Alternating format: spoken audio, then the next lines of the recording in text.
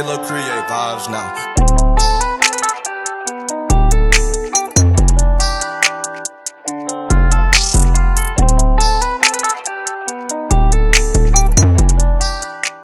Welcome to another episode of the Get Love Like Mine podcast.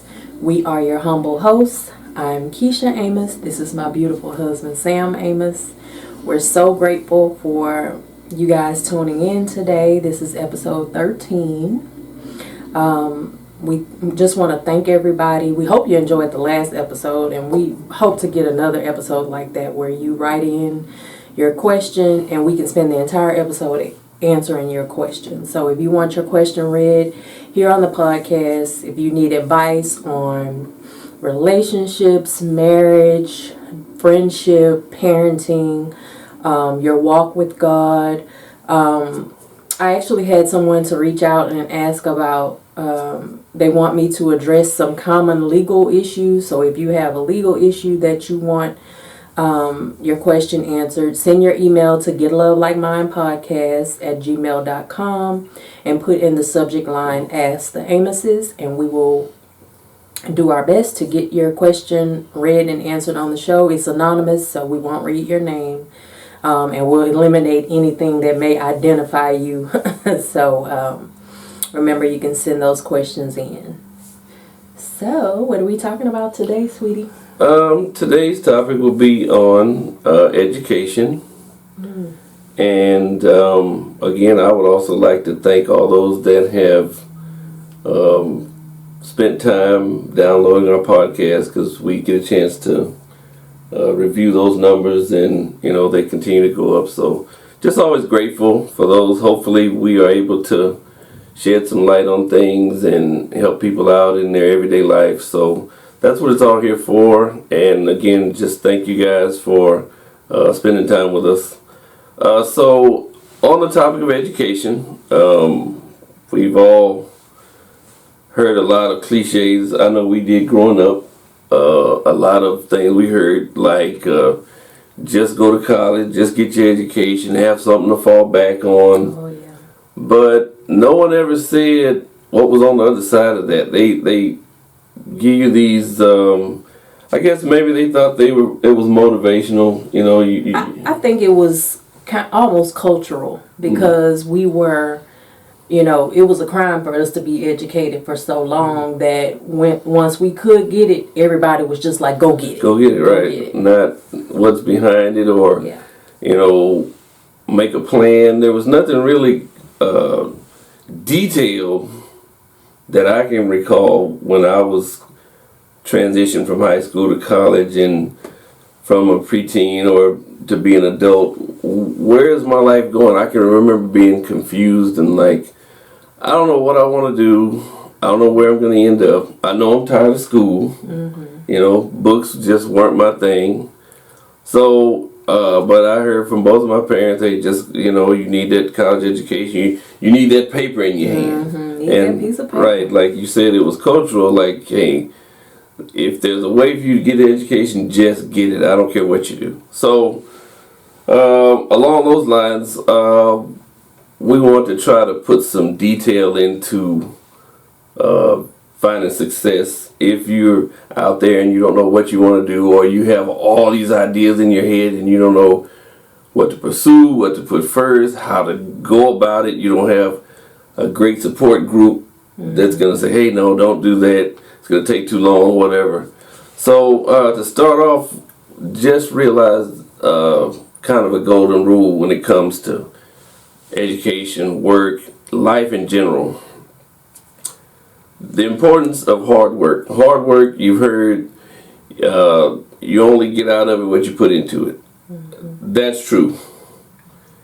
The harder you work, the more you're going to get out of being successful later on. The more you learn about what you're trying to do, the better you're going to be at it. So if you ever heard, you get out of it what you put into it, or as my wife would say, you reap what you sow. You reap what you sow. A Bible scripture. That's true. If you've heard it, believe it. You can run with it, would you? I agree with that wholeheartedly. In anything that you do, what you put in is what you get out. I know a lot of people who are looking for the easy route.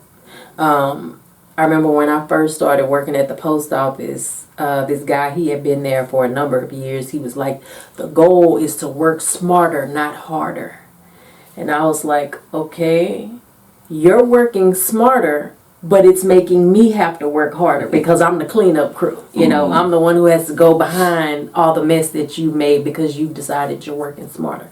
Now, I'm not going to say working smarter, not harder is not good advice, but you have to consider the whole. Like, you can't say, I'm working smarter because I decided not to do this. Because somebody else is going to have to work harder to come clean up behind you. But if you can find a way to get the same amount of work done in a shorter amount of time, or a way that is not so hard, of course, yeah, it's more efficient. You definitely should do that. But as far as education, I am one of those people who, growing up, I'm just going to say blessed in that I didn't have to work hard to make good grades. I didn't have to study long hours to make good grades. I was literally able to do my homework while watching TV or talking on the phone doing my homework. Like, I could multitask and get it done. And I'm not going to say I had a photographic memory, but if I wrote, like, if you were lecturing and I wrote notes, or I did my homework and I could just go back and look at my homework or go back and look at my notes, just rereading it one time and then I go in to take the test, I can pretty much pull it off. I can pull off a B or A without studying, just reviewing. But it wasn't until I got to law school, I'm not even going to say in college, because in college I did the same thing. I reviewed, like, I literally would study the night before a midterm or a final. And, you know, I graduated with honors. So, but in law school, it was not that easy. I literally had to put in hard work in order to get the grades that I wanted. So I definitely agree with that. Education-wise, you get out what you put in. Some people have to study, like, you know, all our children are different. We have a couple of kids who are like me in that they can just look at something and good grades come easy to them. But we have others who they literally have to go to tutorials and study and read, and I know it doesn't seem fair, but, you know, like you said, everybody's different, right. And you get out what you put in. Let me say this on those lines that, because I've watched both daughters as we went through the pandemic, and even now, you know, there was a lot of homeschooling, and both of the daughters, they can practically do schoolwork, homework with one arm tied behind their back, you know, half sleep. Now, I understand both of them are very intelligent, very smart, because I was not that smart. I could not do my schoolwork like that. Not that I made bad grades, but I could not watch Monday Night Football while I was trying to do my English homework. I had to separate them. So what I want to say along that line is the curriculum. Now, I'm not taking nothing away from my girls because they are smart. I can look at them. They're not dumb by no means. But this curriculum, a lot of times in high school, is a joke. And I want education folks to look at my finger, fix the curriculum.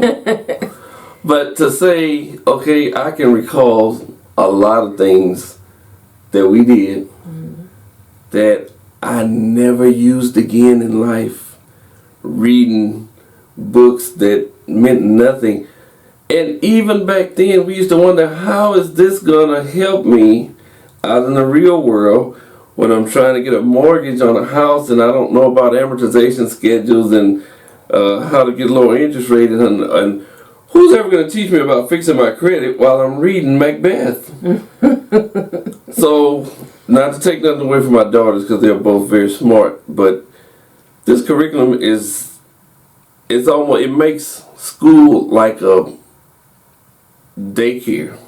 This is somewhere for the kids Busy to go. work. Right. This is somewhere for the kids to go while the parents are at work. Yeah. Now, I've read and studied the curriculum in other countries, France, Europe, like these places, they break away early, 6th, 7th grade. If your career path, if you're interested or you're talented in a certain field, acting, mechanics, if you can build houses, whatever it is, man, they break you away early and you go down that road and you're not going to waste time doing unnecessary things. We're going to prepare you for this. If this is the road you want, we're going to start you early. We're not going to wait till you're 18 or 19 or 20 going into college before we start to pick out a major. What's your major? No, they started that way back in 6th grade. And so the curriculum at our high schools is really just, it needs to be revamped from head to toe. I agree. You can tell early what your children are good at. If they're always making up imaginary friends or making up stories, or we talk down on it like he just a little liar or whatever. But if somebody has an imagination like that, you can foster that and turn that into a career in creative writing. They could be a movie, a script writer, or they could write books. They can do all kinds, cartoon animation, all kinds of creative things that they could get into with their imagination. If you have a child that's begging for Legos and they're building all these creative things, even if it doesn't look like anything to you, they may be good with their hands. They may need a career where they're in construction, or an architect, or a carpenter, or a plumber, or electrician. These are great careers that these people make a lot of money because there's so many people who don't know how to do these things. But if they're good with their hands, you can motivate them to go in that direction. Which kind of brings us to our next topic, that college is not for everybody. If you see your child is good with their hands, maybe they don't need to go to a 4-year university. Maybe they can go to a vocational school where they get hands-on experience. Maybe if I'd say you get them a bike or a tricycle, and you notice they drive good early. Like our 7-year-old, we got him on the go-kart. Him and my 18-year-old got on go-karts. He was driving better than her, and she has a license. But he drives so well. What if he became an airplane pilot, or something along those lines, a race car driver, anything? These are lucrative careers that I don't know if you have to go to college to be an airplane pilot. I would think you have to go to like aviation school. Right, definitely. But college is not for everybody. I get why our parents and grandparents told us get your education, but getting your education doesn't automatically mean going to college. It could mean going to vocational school. It could mean going to aviation school. It could mean going to beauty school. It could be electrician school, whatever. Right. Whatever that you learn how to do what you're gonna do, and you just have to have a plan to succeed. Whatever you deem to be success in your life. Like me, like I said, growing up, I would watch the Cosby Show, and I literally thought that was success. I wanted a big house. I wanted to be a lawyer. I wanted a husband that loved me the way Cliff loved Claire.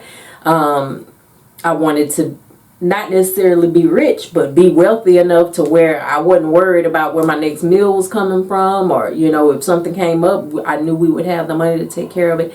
That was my idea of success. And so if you have a plan for success, and your plan includes living in a high rise, and if you see yourself living in that high rise, but you don't see a bunch of kids around. Your plan for success might include not having kids. That's your plan, and you need to focus on your plan. And like we said at first, you put in what you put in is what you get out. So, you know, you have to get your plan together and work it to be what's best for you. I'll speak to the younger generation, 18 to 24. That's a very pivotal time in your life where you may not know. I can remember being that age, not knowing what I wanted to do. Well, I knew I loved basketball, but I was only 6 feet, and at that time there was not a lot of avenues for a 6-foot kid my size to make it to the professional level. You had to know all the right people. You had to get all the right breaks. You had to play in front of all the right people. And that comes a dime a dozen or worse. The odds are even worse than that because everyone was my size. You know, there's a million kids that were good that were 6 feet. So, what I want to say is that I can recall being I don't know if the right word is lost or just looking for direction. I get that. Understand you're not alone. That's a normal way to feel like you want a successful career. You want to make your parents proud. But try to sort out some of the stuff in your head and figure out what your strengths are, what you're good at, and expand on those to get you where you're trying to go. You may be a person that can, like my wife, she can read these thick law books and remember what she read. I couldn't have been a lawyer because I'm not going to read a book this thick. I can't do it. My mind is not going to stay focused long enough, and I'm going to have to keep stopping and going back and rereading what I read over and over and over, and I'm never going to get to the end of that book, let alone get out of what's in it, what I should have gotten out of it.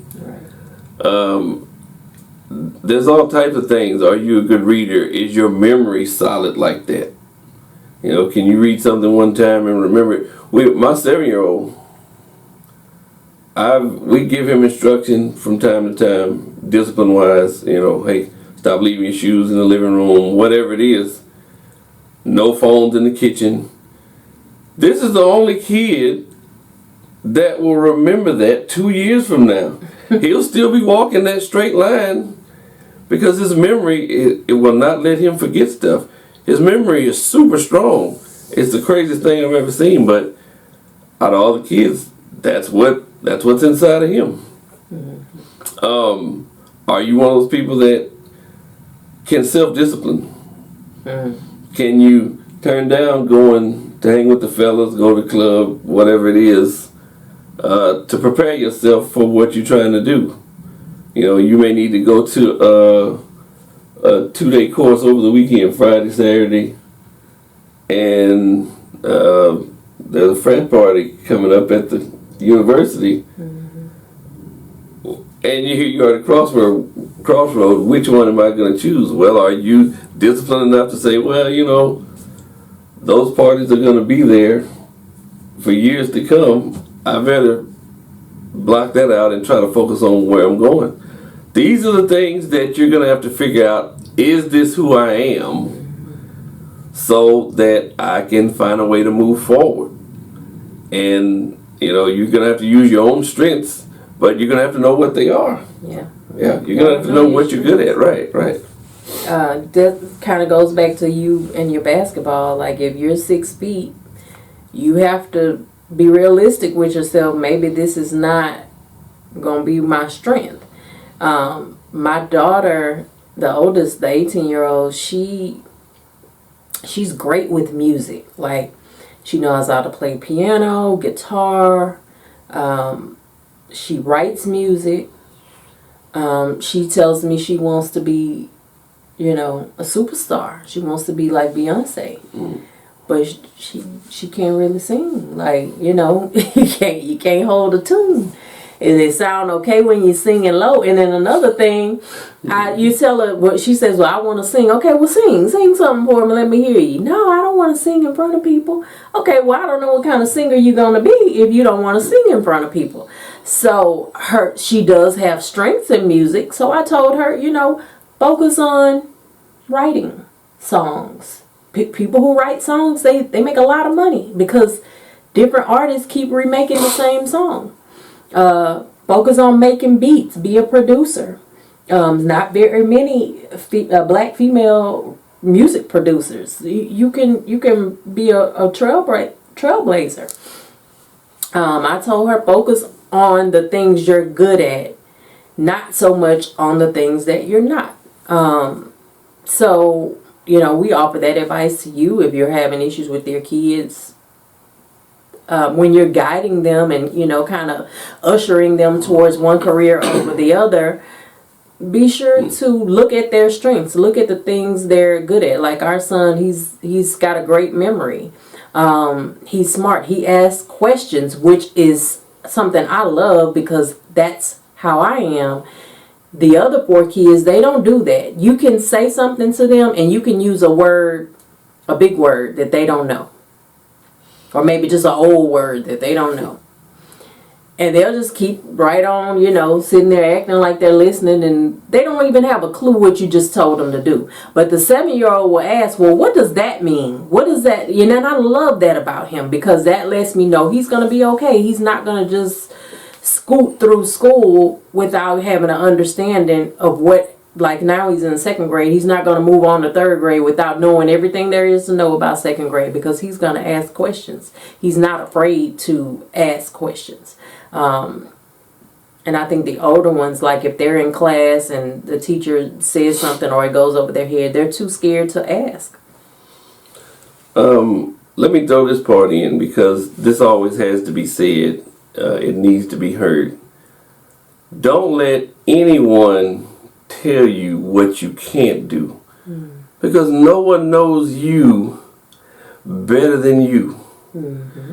And a lot of people's plans, dreams, hopes have been derailed, if not for a period of time, forever, because they heard what they heard from somebody that either they respected or somebody they came up with, they were best friends, a family member, a parent, yes, a teacher. All these people influential in your life don't realize there's life and death in the power of the tongue. In the power of the tongue. So what you let out may kill that person's dream. So speaking from this side of the person who may be able to motivate or devastate, be careful what you say. Because if it's a kid, a teen, and the younger they get, the more they hear, and it doesn't take much to destroy. Yeah. And if you're that person that's trying to succeed in life, don't let someone's words completely bury your Titanic. If you built that Titanic and you know what you know, you probably need to navigate around that person and find a way to get confirmation inside yourself once again. I can recall wanting things in life. And even right now, we looked at a house, last week? Last week we saw a house and it was breathtaking. I always desire to live in a house that's breathtaking to me. I want to pull up to my own house and be like, oh my goodness, I can just stand here and just look at it. And I've done that before. I can just stand and look at my own house. But we looked at this house and we can't afford it, at least not right now. And we don't know how we would in the future. You know, we can work towards it. It's a goal. But my thing in my head is, someone is living like that already. Yeah. There are folks living above that already. So if they're human and I'm human, what's the difference? I can do that. And I there's not a person on this earth that can tell me I can't live like that. The only problem is I have to find the avenue to get me and my family in position to live like that. But some folks can look at that same house, they can look at it with me and be like, oh, you'll never have a house like that. You have to be a pro ball. No, you don't. So I'm saying that to say, don't let anybody plant doubt in your head when you know who you are on the inside. Now, go find out who you are on the inside. Don't just follow everything that moves. Right. One day you're a party animal, the next day you're a church goer, and the next day you're a gambler, and the next day, hey, who are you? And you hunch your shoulder. I don't know. I'm doing a little of everything. So find out who you are, and then don't let nobody tell you who you aren't. Be that person. Yeah. It's crazy you would say that. We would tell anybody, if you're on the road to whatever your idea of success is, you have decided this is what I want to do. I want to be a nurse. I'm going to go to undergrad. I'm going to get my bachelor of whatever you get to be a nurse. I'm going to go to RN school. But you have a boyfriend who wants to hang out all the time. You have, homegirls who want to travel all the time. Or you've grown up and you've got this gambling bug that you can't kick. You have to learn how to eliminate distractions when you're on a path towards your own success. You know what your distractions are. You know what can derail you. And so you have to be sure to eliminate those things. You have to focus on it. I am a firm believer that when you focus on good things happen. When you focus on bad things happen. If you're one of those people who is constantly talking, saying, I'm broke, you're going to be broke. So I have consciously started to say, instead of I'm broke, I say the money is coming this week. I'm waiting on the money to come in, or the money will be here this week. Because saying I'm broke just kind of puts you in a broke mindset. So you have to eliminate those words, because like we just said, it's life or death is in the power of the tongue. You have to speak those things into existence. And if you're constantly speaking being broke into existence, that's where you'll be. If you're constantly saying to yourself, I can't do that. I won't be able to do that. Oh no, I can never do that. Then guess what? You'll never be able to do that. You have to have a sense of fearlessness to be able to succeed and to be able to eliminate distractions. I always laugh at this. Our 14-year-old, I think she was about 6 or 7, and we went to a birthday party for one of my cousins. It was at a skating rink, and so I was like, do you want to go to the birthday party? Can you skate? And she was like, I can skate better than you. And so, I'm like, okay, well, we get to the birthday party, and this girl can skate a lick. Like, she is holding on to the rails. She's shaking her feet. She can't even walk in the skates. And I'm wondering to myself, why would this girl tell me she could skate better than me and she knows she can't skate? It's because in her mind, she can do anything. She can do anything, and she can do it better than me. And I love that fearlessness about her. I say that to her all the time. You are fearless, which makes me proud, and I don't worry about her growing up. I know when the time comes and she graduates high school, like, she already knows what she wants to do. And she wants to do multiple things. And she's going to do whatever she needs to do to get there because she's fearless. She's not... She believes in herself. And so, you know, if you are one of those people... I'll just speak to my own experience. I graduated law school and I immediately opened my own law firm. That wasn't my plan. It was, you know, I was scared. I intended to go work for a firm and learn some things before I was able to open my own firm. I wanted to have some money saved up to be able to do it. But that wasn't God's plan for me. And I ended up opening my own firm immediately. And of course, I was scared, but at the same time, I wasn't. At the same time, I was thinking, if God is leading me to do this, He's going to make the way. Like, He's not going to lead me over here and then leave me high and dry. So He's going to make the way. So I just kind of believed in myself, and more so, I believed in Him. I believed that He was going to do whatever it was. He was going to open these doors. He was going to do this. He was going to do whatever needed to be done to get me where He was trying to get me. And so I have later had classmates who wanted to open their own firm, but they're scared. I get being scared, but you have to just take that leap of faith. God did not give us a spirit of fear. So you have to push that fear to the side and just take one step, because God is He already has the staircase leading to your success. All you have to take is the first step. All you have to do is act like you're going to take that first step, and He'll propel you into whatever it is that He has for you. So that fearlessness, that's something that even if you don't have it for real, what they say, fake it till you make it. Fake it until you make it, because you have to at least be brave enough to take that first step. Being scared is not something that God wants for us. He wants us to be courageous and brave.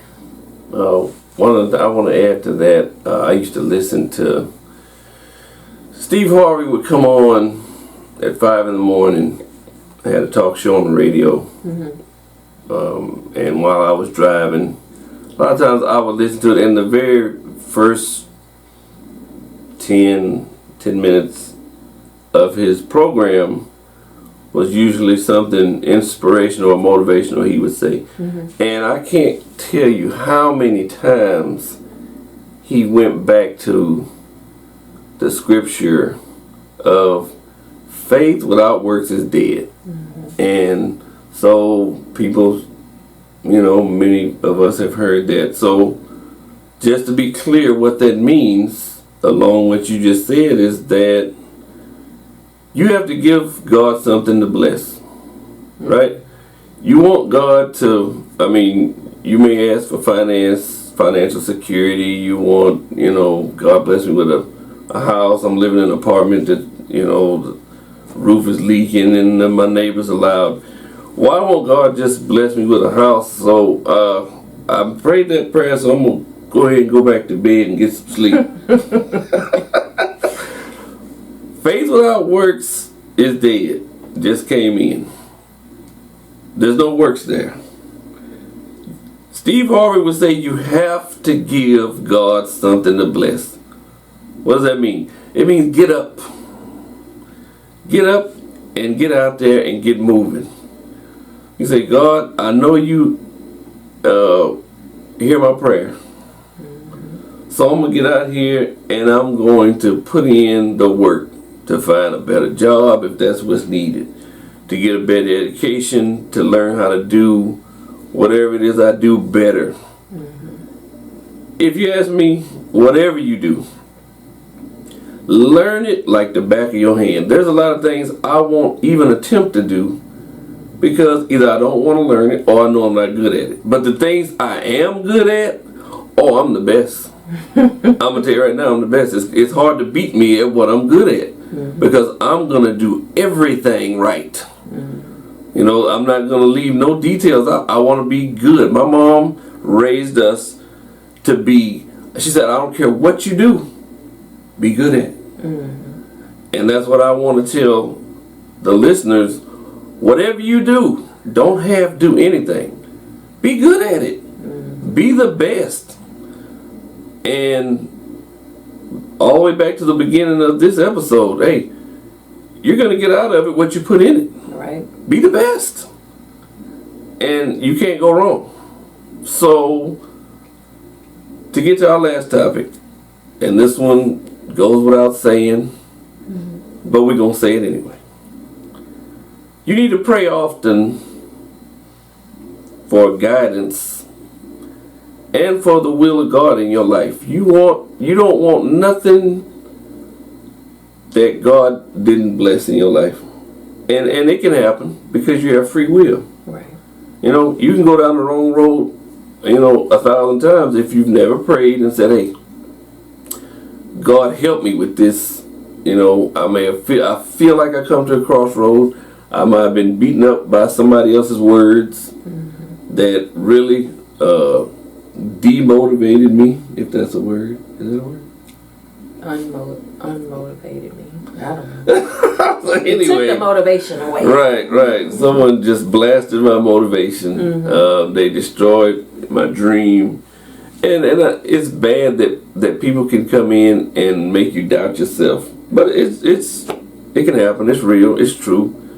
But pray, God, help me stay on the right path. Help me stay on what you have for me. Because I don't want to get to the end of the road and you're not there with me. I want to be able to get to the end of the road and let up a prayer and you answer it. Right? Right. Yeah. When I pray, I can just speak to my own story. When I prayed, I would say it was about 2009. I just kept praying the same prayer. God, order my steps. Order my steps.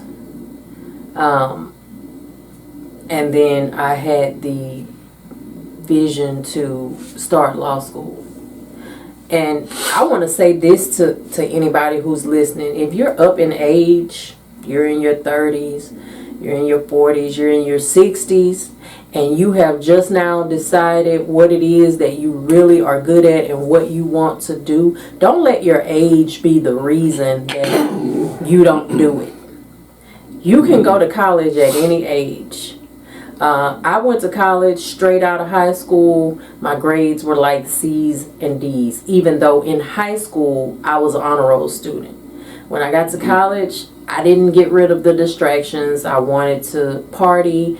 I was working full time, trying to go to school full time. There weren't enough hours in a day, and my grades suffered. I dropped out. At the age of 35, I believe I was, I went back to college. I went back January 2010, December 2013, I graduated with honors. I was able to practically erase those C's and D's that I made the first 2 years because of the grades that I made the last 3 years. I graduated with honors. Never made less than a B in my classes when I went back at 35. And then went to law school at 42, graduated at 44. Yeah, graduated law school at the age of 44. So don't let age be the thing that stands in your way. But back to what we were talking about, the praying, I would pray that God will order my steps, and He did. He ordered my steps, and right now today when I pray, I still ask for Him to order my steps. I still ask for Him to guide my law firm into the direction that He wants it to go. Not me. I don't want to have myself up on this pedestal because He's up there. He's on the throne. So whatever your will is for me, God, I just pray that you bless me with it, that you bless me with the vision to follow.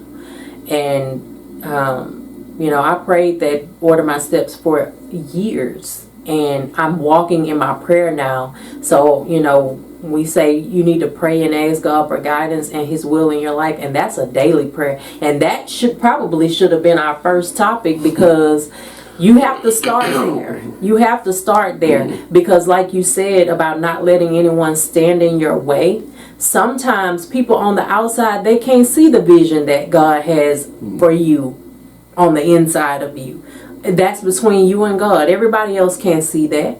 So you need to pray to Him and, ask Him to make it plain for you. Everybody else can't see it. They don't know what it is. So just like with my daughter with the music, she might be able to sing better than Beyonce. It's just that she would never sing in front of me. So, all I can do is advise her, pray about it, and let God lead you into what His will for your life is. I see things as your parent, but I don't know what God has in store for you. She now wants to be a therapist. She's very loving and very caring. She's a nurturer. So I can see her being a therapist, helping people. So I told her, well, maybe you can use music as therapy. Maybe you can be one of those people who you do music therapy, because you're so good at it. Maybe, I don't know what God has in store for her, but I'm just grateful that she's even looking to Him for guidance and still looking to me for guidance. But we advise you all to pray about whatever your idea of success is, because we can make plans, or you can make a plan, but God might have a completely different plan for you. And so that's why, we advise, please pray about what it is you're going to do in life first. That should have been the very first thing that we advise you to do. But we're telling you now, pray first. And then,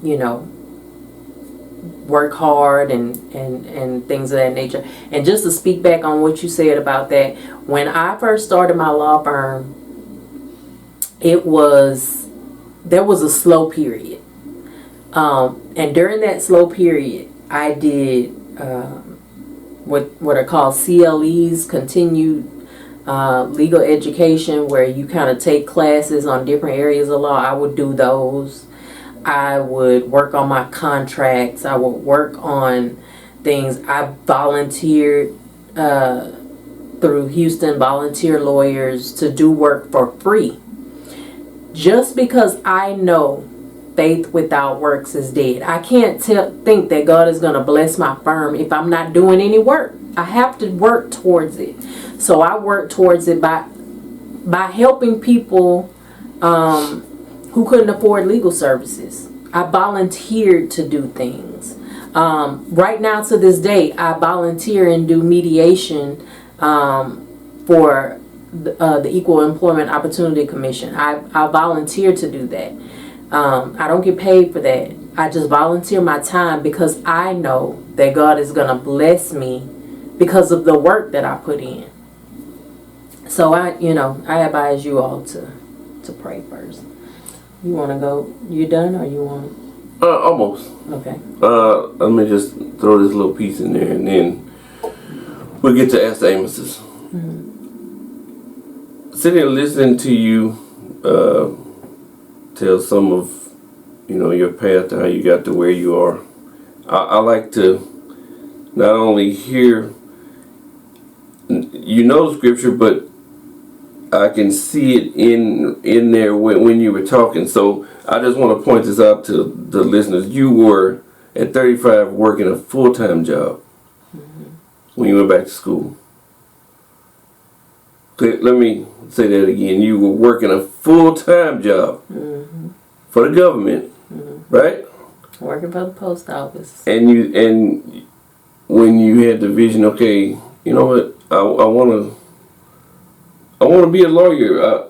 I wanted to be one way back then, and I got derailed. Life happens. So here comes faith without works. You could have easily stayed at that full-time job, and every friend that sat next to you in the break room when you were eating your lunch and be like, well, my passion was to be a lawyer. I wonder what that would have been like. I think I could have done it. But what you did was you gave God something to bless. Mm-hmm. Yeah, you working a full-time job, paying your own way, paying for your child, go to school, your kid was in school. So your works was, I have to go to college full-time while I'm working full-time. Not, I can't go to college because I'm working. Mm-hmm. I need God to bless this vision of mine of being a lawyer. So I got up and started chasing it. And I may be wrong, but didn't you say you have your own law firm? Faith without works is dead. Yeah. But you got up and went to work on your dream, and God blessed it. Yes, He did. That's what that means. So, I just wanted to throw it in because I could see it. I had this vision while you were talking. So, this is our Ask Amos's question for the day. Mrs. Amos, you are a college graduate, finished law school with honors, and have successfully started your law firm, all within the first 2 years of passing the state bar exam. Knowing the things you know now, what advice would you give or wish someone had given you who is debating applying to law school and seeking to be a lawyer as a career? The advice I would give is always pray. Pray. Ask God for the vision, to make it plain to you what His will for your life is. If you have done that and He says law, I would say don't listen to anybody else. Don't let anyone distract you. Don't let anyone talk you out of it. They'll tell you it costs too much. They'll tell you it's too hard. They'll tell you, depending on your race, the odds are against you. It's only, I believe, 2% of black female attorneys. 2. Out of all the attorneys, it's 2. So don't let that distract you. Don't let that stand in your way. When God gives you the vision, go with it and work hard. Work hard. You will, like I said, when I grew up, school came easy to me, but law school did not come easy to me. Law school, I had to learn how I learn. Like I said before, I can see something and remember it. So if I'm taking notes and I put these notes in pink and these notes in green, when I'm taking the test, I can literally see the pink and green. I can see it in my mind. So for me, writing notes and outlining, that helped me during law school. To remember, like note cards and outlines, things like that. Those things are tools that I need to learn. I'm a visual learner.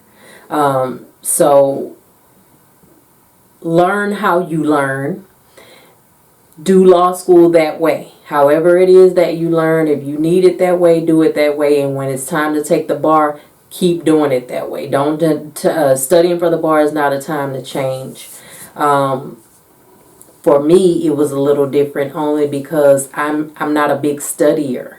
So I had to literally eliminate every distraction. I studied for the bar as if I was getting up, going to work every day, and I was the only one in the office. I put my back to the door.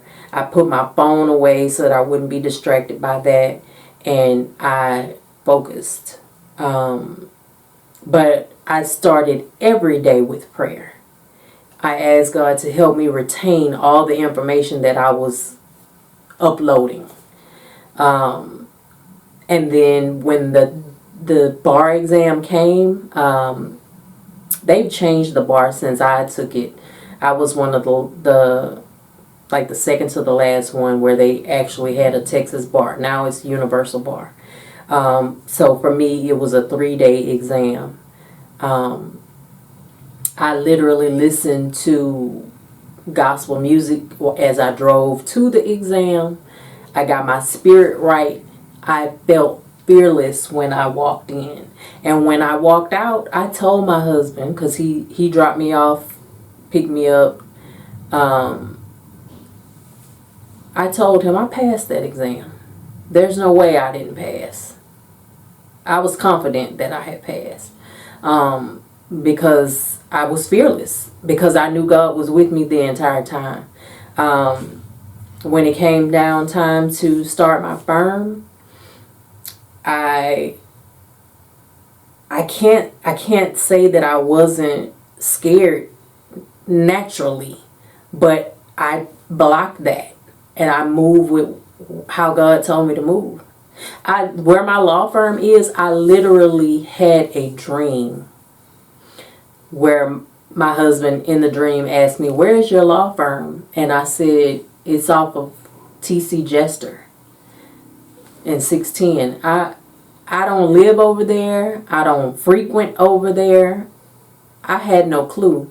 But that was in my dream, and I worked with it. I contacted one of my cousins who's a realtor. I said, "Hey, do you do commercial leasing?" And she was like, "Well, I don't do it a lot, but I can do it." And I said, "Well, can you see if you can find me some office space off of TC Jester?"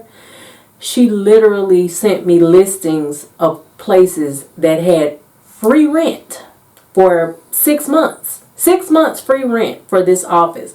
So the fear that I had was based on how am I going to pay the rent at this office and pay the mortgage at my house. Like, I don't know if I'm going to have enough money to do that.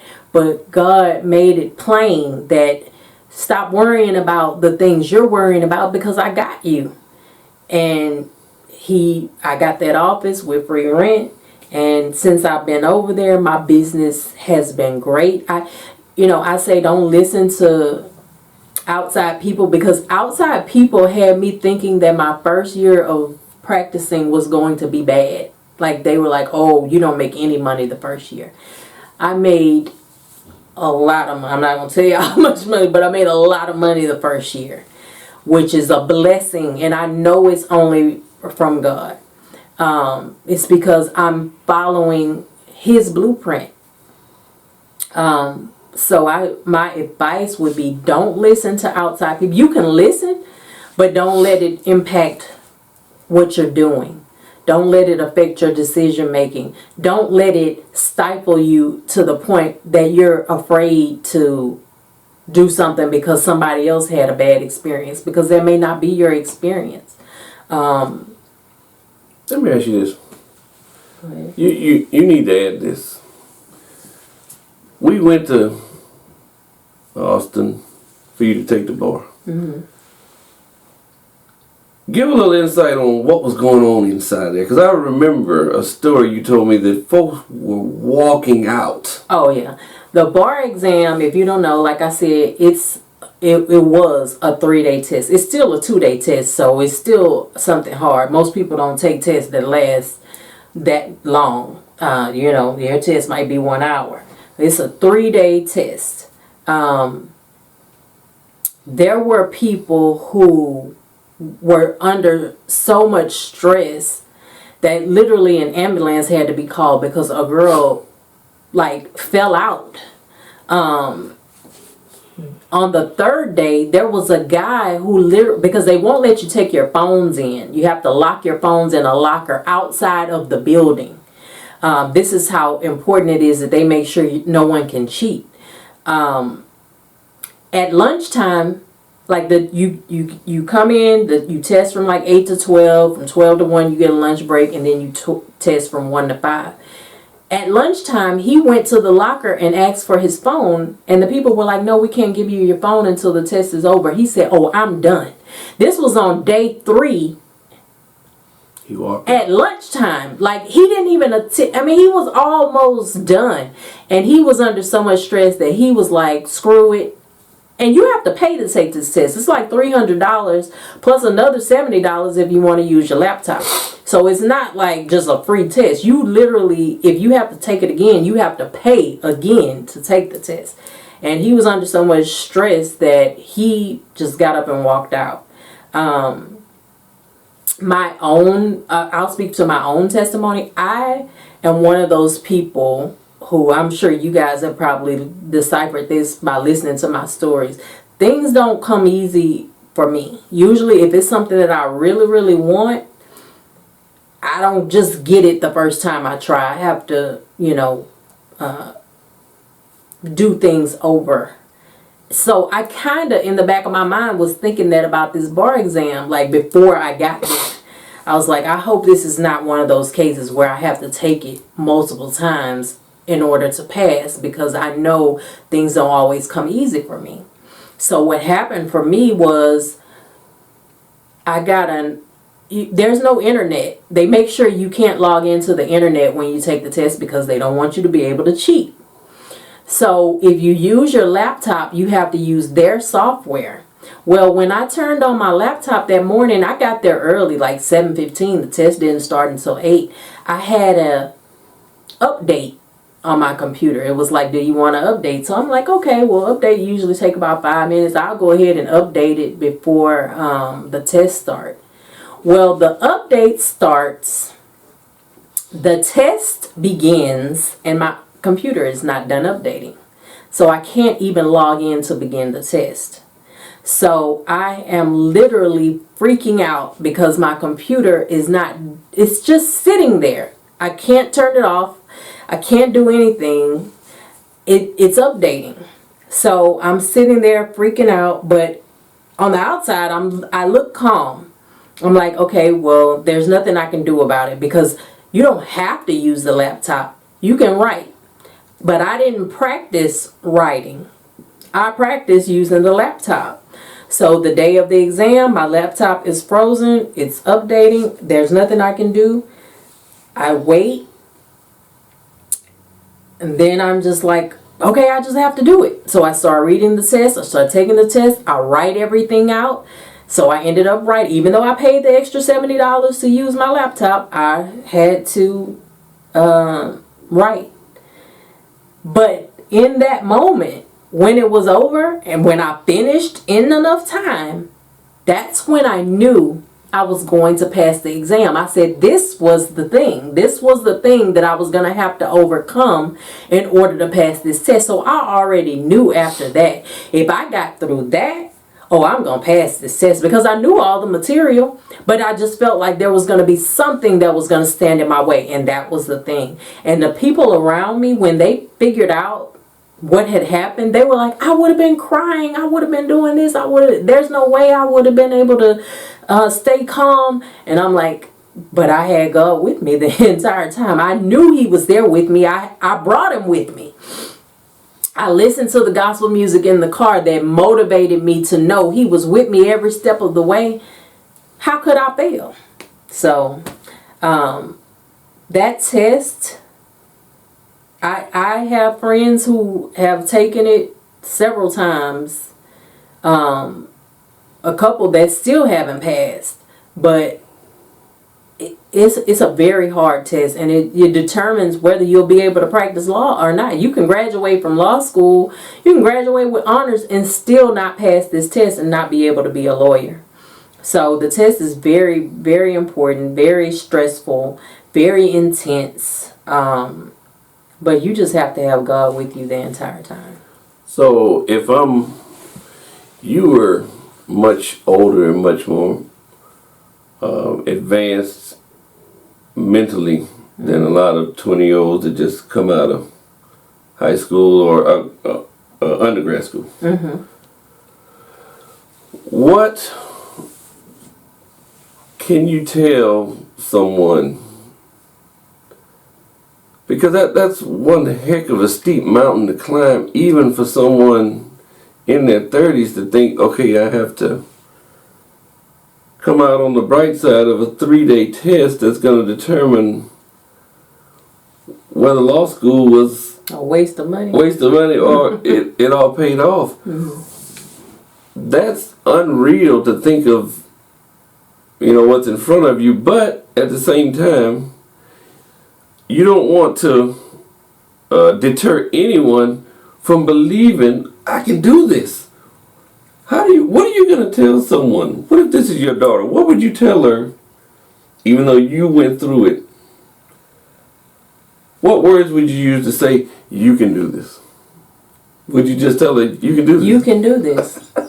The same thought that you had about the house. It can be done. Someone else did it? Someone else did it. That means it can be done. You can do it. A lot of, like I said, there are only 2% of black female lawyers. A lot of that comes from not even trying. You know how many women I meet regularly who tell me when they find out that I became a lawyer late in life, I always wanted to be a lawyer. I was good at this and I was good at that. But they never even tried. They never even tried. You at least, like you said, God, you have to give God something to bless. You have to at least take the first step. I always refer back to that book that I read this summer. But one of the tenets in it said, when we go on a race, they say on your mark, get set, ready, go. It should not be set, ready, go. It should be go, set, ready. Because you can always find a way to not be ready. People say they're not ready to get married. People say they're not ready to have kids. Being ready is probably the very last thing. You'll probably already be doing it before you can say you're ready. The most important thing to do is go. You take the first step. God will do everything else. Just take the first step. You can do this. So, people say financially they can't afford to go to law school. You think I could? I was working for Children's Protective Services making $15 an hour when I quit to go to law school.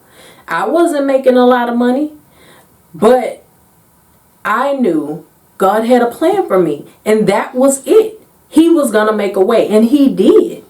We did not suffer financially during me being in law school. We didn't lose anything. No cars got repossessed. No utilities were turned off. Our house is still our house, and we had just bought our house when I quit my job. Like, we hadn't even been in our house a year when I quit to go to law school. But I knew God had a plan. My husband, he was not like, oh yeah, quit your job. He didn't. That was not his mindset. His mindset was, how are you gonna quit your job and we just bought this house? Most husbands wouldn't say go quit your job. Yeah, I mean.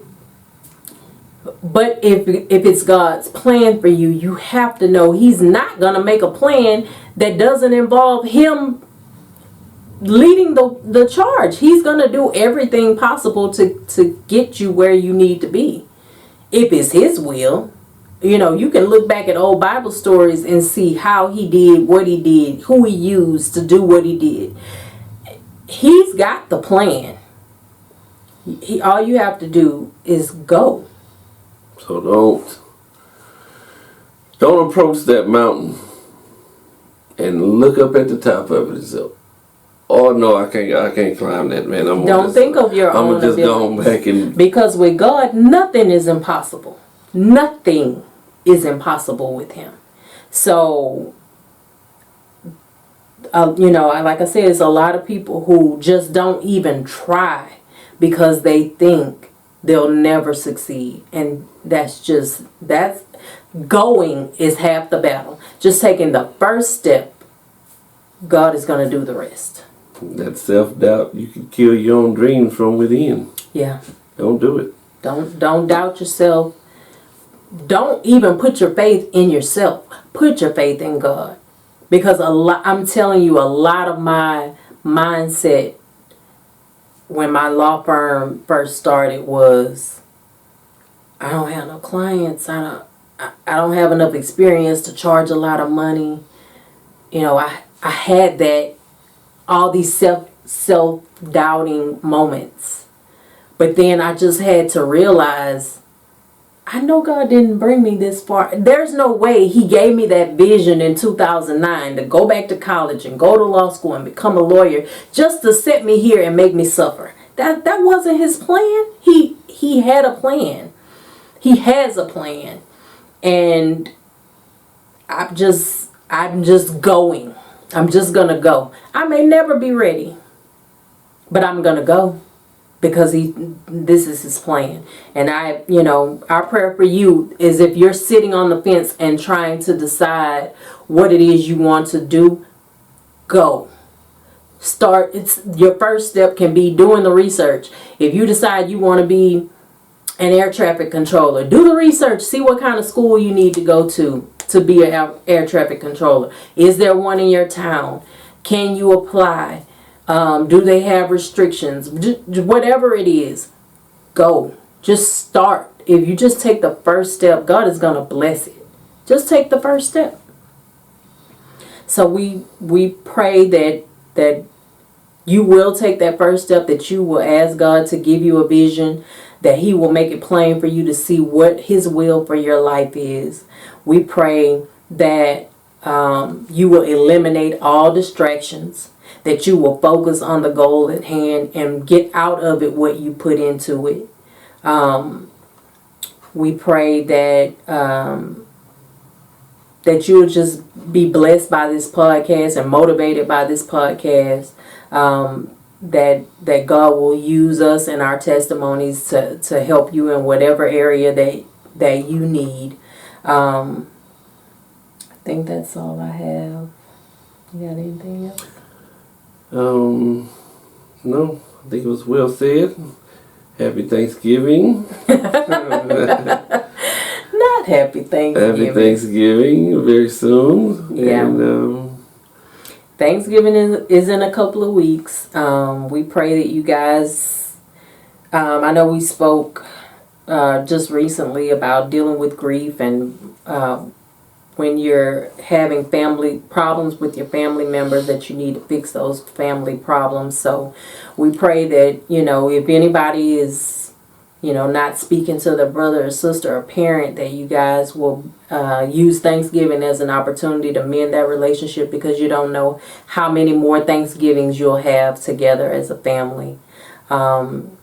We just pray bountiful blessings over you guys' lives, and we hope that you have a good week. Thank you for listening.